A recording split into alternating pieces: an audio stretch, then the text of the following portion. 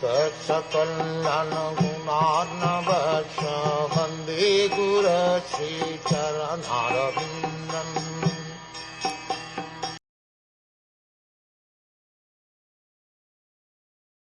Vidur said, "The line of Swayambhuva Manu was most esteemed.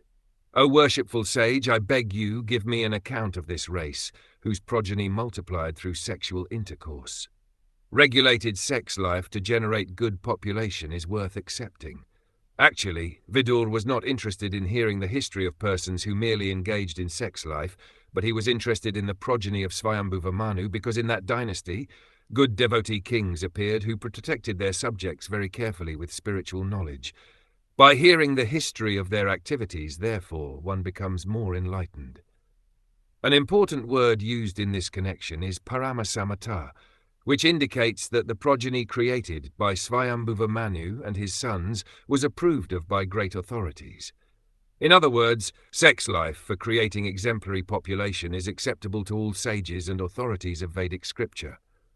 The two great sons of Swayambhuva Manu, Priyavrat and Uttanpad, ruled the world, consisting of 7 islands, just according to religious principles. Srimad Bhagwatam is also a history of the great rulers of different parts of the universe. In this verse, the names of Priyavrat and Uttanpad, sons of Swayambhuv, are mentioned. They ruled this earth, which is divided into 7 islands. These 7 islands are still current, as Asia, Europe, Africa, America, Australia, and the North and South Poles.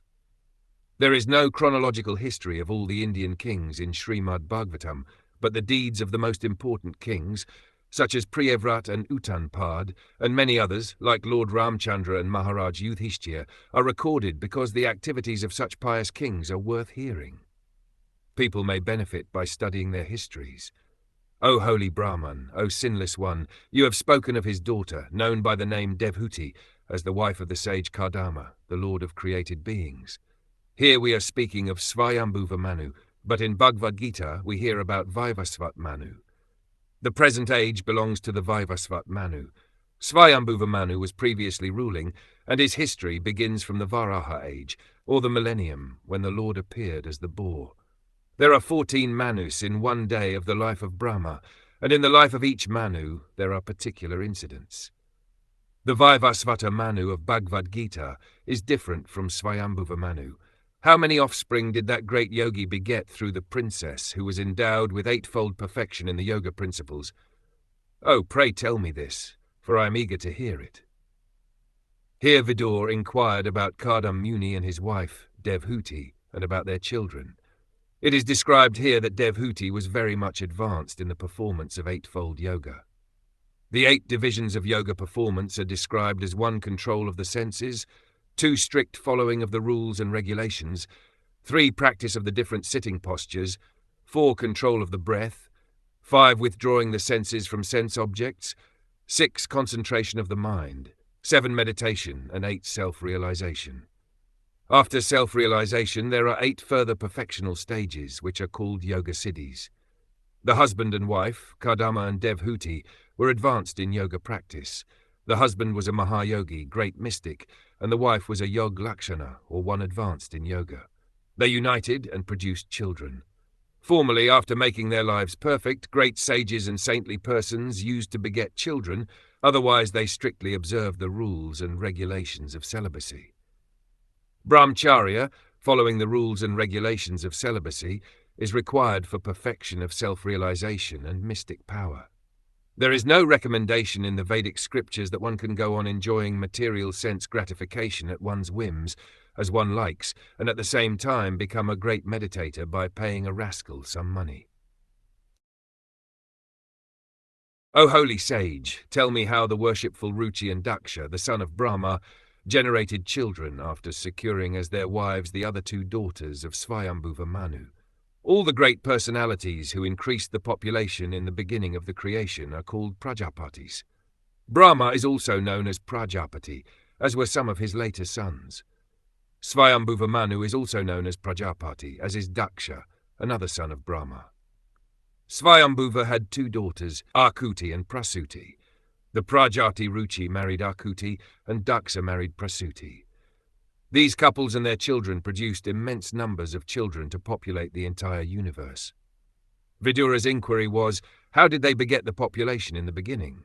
The great sage Maitreya replied, commanded by Lord Brahma to beget children in the worlds, the worshipful Kardama Muni practiced penance on the bank of the river Sarasvati for a period of 10,000 years. It is understood herein that Kardama Muni meditated in yoga for 10,000 years before attaining perfection. Similarly, we have information that Valmiki Muni also practiced yoga meditation for 60,000 years before attaining perfection. Therefore, yoga practice can be successfully performed by persons who have a very long duration of life, such as 100,000 years. In that way, it is possible to have perfection in yoga. Otherwise, there is no possibility of attaining the real perfection. Following the regulations, controlling the senses and practicing the different sitting postures are merely the preliminary practices. We do not know how people can be captivated by the bogus yoga system, in which it is stated that simply by meditating 15 minutes daily, one can attain the perfection of becoming one with God. This age, Kali Yuga, is the age of bluffing and quarrel. Actually, there is no possibility of attaining yoga perfection by such paltry proposals. The Vedic literature, for emphasis, clearly states 3 times that in this age of Kalikalau, nasti eva there is no other alternative. No other alternative than Haranama, chanting the holy name of the Lord. During that period of penance, the sage Kardama, by worship through devotional service in trance, propitiated the personality of Godhead, who is the quick bestower of all blessings upon those who flee to him for protection. The significance of meditation is described here. Kardama Muni practiced mystic yoga meditation for 10,000 years just to please the Supreme Personality of Godhead, Hari. Therefore, whether one practices yoga or speculates and does research to find God, one's efforts must be mixed with the process of devotion. Without devotion, nothing can be perfect. The target of perfection and realization is the Supreme Personality of Godhead. In the 6th chapter of Bhagavad Gita, it is clearly said that one who constantly engages in Krishna consciousness is the topmost yogi. The personality of Godhead, Hari, also fulfills the desires of his surrendered devotee. One has to surrender unto the lotus feet of the personality of Godhead, Hari, or Krishna, in order to achieve real success. Devotional service or engagement in Krishna consciousness is the direct method, and all other methods, although recommended, are indirect. In this age of Kali, the direct method is especially more feasible than the indirect, because people are short-living, their intelligence is poor, and they are poverty-stricken and embarrassed by so many miserable disturbances. Lord Caitanya, therefore, has given the greatest boon. In this age, one simply has to chant the holy name of God to attain perfection in spiritual life. The words Samprapide Harim mean that in various ways Kardama Muni satisfied the Supreme Personality of Godhead, Hari, by his devotional service. Devotional service is also expressed by the word Kriya Yogena. Kardama Muni not only meditated but also engaged in devotional service. To attain perfection in yoga practice or meditation, one must act in devotional service by hearing, chanting, remembering, etc. Remembering is meditation also. But who is to be remembered? One should remember the Supreme Personality of Godhead. Not only must one remember the Supreme Person, one must hear about the activities of the Lord and chant his glories. This information is in the authoritative scriptures. After engaging himself for 10,000 years in performing different types of devotional service, Kardama Muni attained the perfection of meditation. But that is not possible in this age of Kali, wherein it is very difficult to live for as much as 100 years. At the present moment, who will be successful in the rigid performance of the many yoga rules and regulations? Moreover, perfection is attained only by those who are surrendered souls. Where there is no mention of the personality of Godhead, where is their surrender? And where there is no meditation upon the personality of Godhead, where is the yoga practice? Fortunately, people in this age, especially persons who are of a demoniac nature, want to be cheated. Thus, the Supreme Personality of Godhead sends great cheaters who mislead them in the name of yoga and render their lives useless and doomed. In Bhagavad Gita, therefore, it is clearly stated in the 16th chapter, verse 17, that rascals of self-made authority, being puffed up by illegally collected money, perform yoga without following the authoritative books. They are very proud of the money they have plundered from innocent persons who wanted to be cheated. Then, in the Satya Yuga, the lotus-eyed Supreme Personality of Godhead, being pleased, showed himself to that Kardama Muni and displayed his transcendental form, which can be understood only through the Vedas. Here 2 points are very significant. The first is that Kardama Muni attained success by yoga practice in the beginning of Satya Yuga, when people used to live for 100,000 years. Kardama Muni attained success, and the Lord, being pleased with him, showed him his form, which is not imaginary. Sometimes the impersonalists recommend that one can arbitrarily concentrate one's mind on some form he imagines or which pleases him. But here it is very clearly said that the form which the Lord showed to Kardama Muni by his divine grace is described in the Vedic literature. Shabdam Brahm, the forms of the Lord, are clearly indicated in the Vedic literature. Kardama Muni did not discover any imaginary form of God, as alleged by rascals.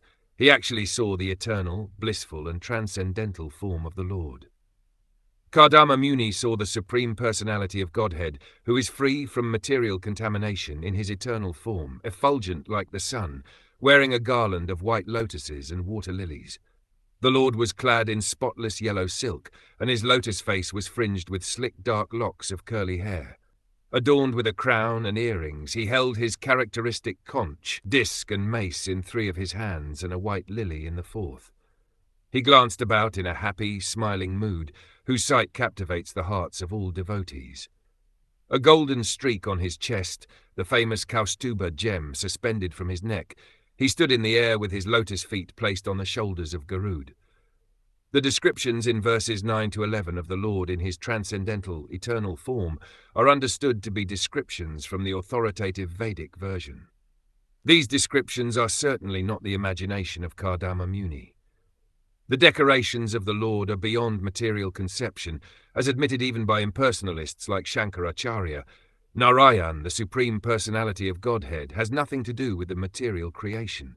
The varieties of the transcendental Lord, his body, his form, his dress, his instruction, his words, are not manufactured by the material energy, but are all confirmed in the Vedic literature. By performance of yoga, Kardama Muni actually saw the Supreme Lord as he is. There was no point in seeing an imagined form of God after practicing yoga for 10,000 years. The perfection of yoga, therefore, does not terminate in voidness or impersonalism.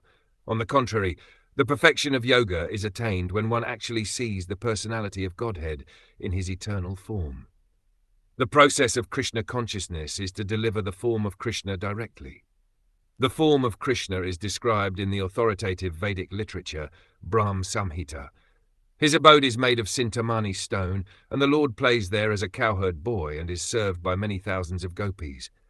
These descriptions are authoritative, and a Krishna-conscious person takes them directly, acts on them, preaches them, and practices devotional service as enjoined in the authoritative scriptures. When Kardama Muni actually realized the Supreme Personality of Godhead in person, he was greatly satisfied because his transcendental desire was fulfilled. He fell on the ground with his head bowed to offer obeisances unto the lotus feet of the Lord. His heart naturally full of love of God, with folded hands he satisfied the Lord with prayers. The realization of the personal form of the Lord is the highest perfectional stage of yoga. In the 6th chapter of Bhagavad Gita, where yoga practice is described, this realization of the personal form of the Lord is called the perfection of yoga. After practicing the sitting postures and other regulative principles of the system, one finally reaches the stage of samadhi, absorption in the Supreme. In the samadhi stage, one can see the Supreme Personality of Godhead in his partial form as Paramatma, or as he is. Samadhi is described in authoritative yoga scriptures, such as the Patanjali Sutras, to be a transcendental pleasure. The yoga system described in the books of Patanjali is authoritative, and the modern so-called yogis who have manufactured their own ways, not consulting the authorities, are simply ludicrous. The Patanjali yoga system is called Ashtanga Yoga. Sometimes impersonalists pollute the Patanjali yoga system because they are monists. Patanjali describes that the soul is transcendently pleased when he meets the supersoul and sees him. If the existence of the supersoul and the individual is admitted, then the impersonalist theory of monism is nullified. Therefore, some impersonalists and void philosophers twist the Patanjali system in their own way and pollute the whole yoga process. According to Patanjali, when one becomes free from all material desires, he attains his real, transcendental situation, and realization of that stage is called spiritual power. In material activities, a person engages in the modes of material nature. The aspirations of such people are 1, to be religious, 2, to be economically enriched, 3, to be able to gratify the senses, and at last, 4, to become one with the Supreme. According to the monists, when a yogi becomes one with the Supreme and loses his individual existence, he attains the highest stage, called Kaivalya. But actually, the stage of realization of the personality of Godhead is Kaivalya. The oneness of understanding that the Supreme Lord is fully spiritual, and that in full spiritual realization one can understand what he is, the Supreme Personality of Godhead, is called Kaivalya, or, in the language of Patanjali, realization of spiritual power. His proposal is that when one is freed from material desires and fixed in spiritual realization of the self and the superself, that is called Sit Shakti. In full spiritual realization, there is a perception of spiritual happiness, and that happiness is described in Bhagavad Gita as the supreme happiness, which is beyond the material senses. Trance is described to be of 2 kinds, samprajñata and asamprajñata, or mental speculation and self-realization.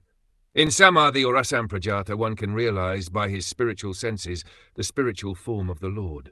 That is the ultimate goal of spiritual realization. According to Patanjali, when one is fixed in constant realization of the supreme form of the Lord, one has attained the perfectional stage, as attained by Kardama Muni. Unless one attains this stage of perfection, beyond the perfection of the preliminaries of the yoga system, there is no ultimate realization. There are 8 perfections in the Ashtanga yoga system. One who has attained them can become lighter than the lightest and greater than the great, and he can achieve whatever he likes. But even achieving such material success in yoga is not the perfection or the ultimate goal. The ultimate goal is described here. Kardama Muni saw the Supreme Personality of Godhead in his eternal form. Devotional service begins with the relationship of the individual soul and the Supreme Soul, or Krishna and Krishna's devotees, and when one attains it, there is no question of falling down. If, through the yoga system, one wants to attain the stage of seeing the Supreme Personality of Godhead face to face, but is attracted instead to attainment of some material power, then he is detoured from proceeding further. Material enjoyment, as encouraged by bogus yogis, has nothing to do with the transcendental realization of spiritual happiness. Real devotees of bhakti yoga accept only the material necessities of life, absolutely needed to maintain the body and soul together. They refrain completely from all exaggerated material sense gratification. They are prepared to undergo all kinds of tribulation, provided they can make progress in the realization of the personality of Godhead. The great sage Kardama said, "O Supreme Worshipful Lord, my power of sight is now fulfilled, having attained the greatest perfection of the sight of you, who are the reservoir of all existences." Through many successive births of deep meditation, advanced yogis aspire to see your transcendental form. The Supreme Personality of Godhead is described here as the reservoir of all goodness and all pleasure. Unless one is situated in the mode of goodness, there is no real pleasure. When, therefore, one's body, mind, and activities are situated in the service of the Lord, one is on the highest perfectional stage of goodness. Kardama Muni says your lordship is the reservoir of all that can be understood by the nomenclature of goodness, and by experiencing you face to face, eye to eye, the perfection of sight has now been attained. These statements are the pure devotional situation. For a devotee, the perfection of the senses is to engage in the service of the Lord. The sense of sight, when engaged in seeing the beauty of the Lord, is perfected. The power to hear, when engaged in hearing the glories of the Lord, is perfected.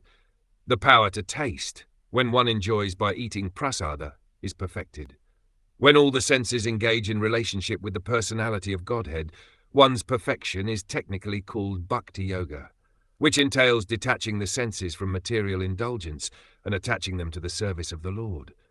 When one is freed from all designated conditional life and fully engages in the service of the Lord, one's service is called bhakti yoga. Kardama Muni admits that seeing the Lord personally in bhakti yoga is the perfection of sight. The exalted perfection of seeing the Lord is not exaggerated by Kardama Muni.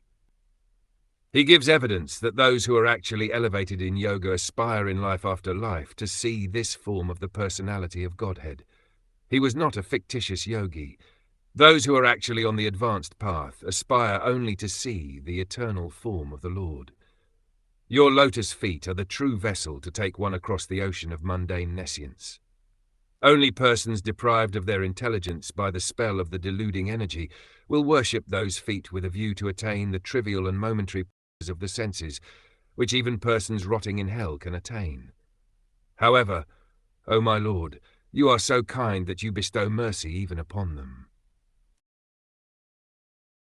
As stated in Bhagavad Gita, 7th chapter, there are two kinds of devotees, those who desire material pleasures and those who desire nothing but service to the Lord. Material pleasures can be attained even by hogs and dogs, whose condition of life is hellish. The hog also eats, sleeps, and enjoys sex life to the full extent, and it is also very satisfied with such hellish enjoyment of material existence.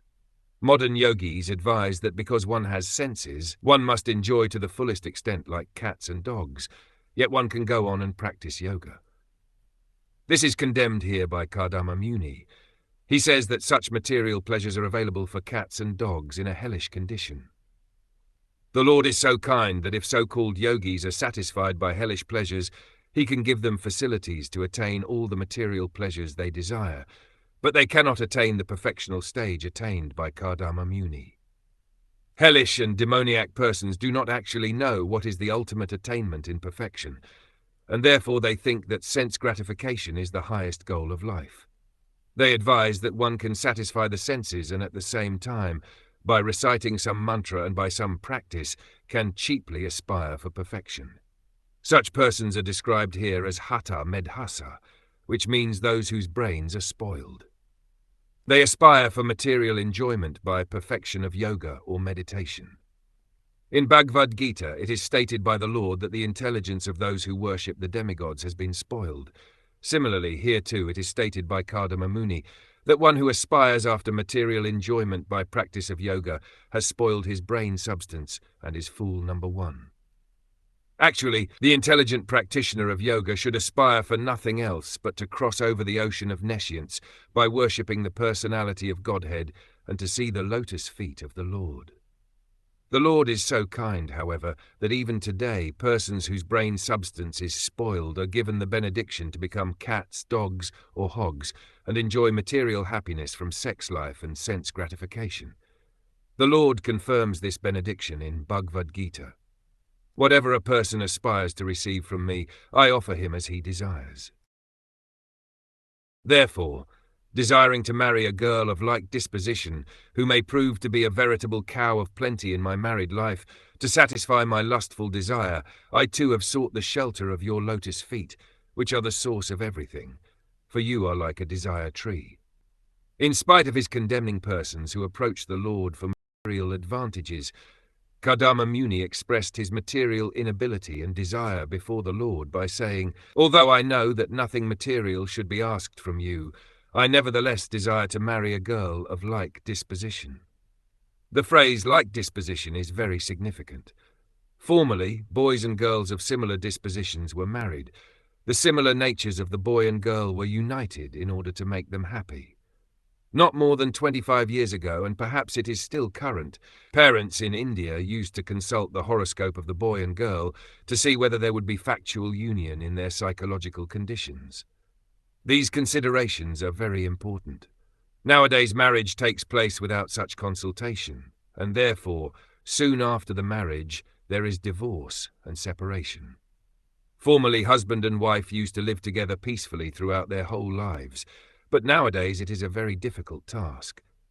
Kardama Muni wanted to have a wife of like disposition, because a wife is necessary to assist in spiritual and material advancement. It is said that a wife yields the fulfillment of all desires in religion, economic development, and sense gratification. If one has a nice wife, he is to be considered a most fortunate man. In astrology, a man is considered fortunate who has great wealth, very good sons, or a very good wife. Of these three, one who has a very good wife is considered the most fortunate. Before marrying, one should select a wife of like disposition and not be enamored by so-called beauty or other attractive features for sense gratification. In the Bhagavatam, 12th canto, it is said that in the Kali Yuga marriage will be based on the consideration of sex life. As soon as there is deficiency in sex life, the question of divorce will arise. Kardama Muni could have asked his benediction from Uma, for it is recommended in the scriptures that if anyone wants a good wife, he should worship Uma. But he preferred to worship the Supreme Personality of Godhead, because it is recommended in the Bhagavatam that everyone, whether he is full of desires, has no desire, or desires liberation, should worship the Supreme Lord. Of these three classes of men, one tries to be happy by fulfillment of material desires. Another wants to be happy by becoming one with the Supreme, and another, the perfect man, is a devotee. He does not want anything in return from the personality of Godhead. He only wants to render transcendental loving service. In any case, everyone should worship the Supreme Personality of Godhead, for he will fulfill everyone's desire. The advantage of worshipping the Supreme Person is that even if one has desires for material enjoyment, if he worships Krishna, he will gradually become a pure devotee and have no more material hankering.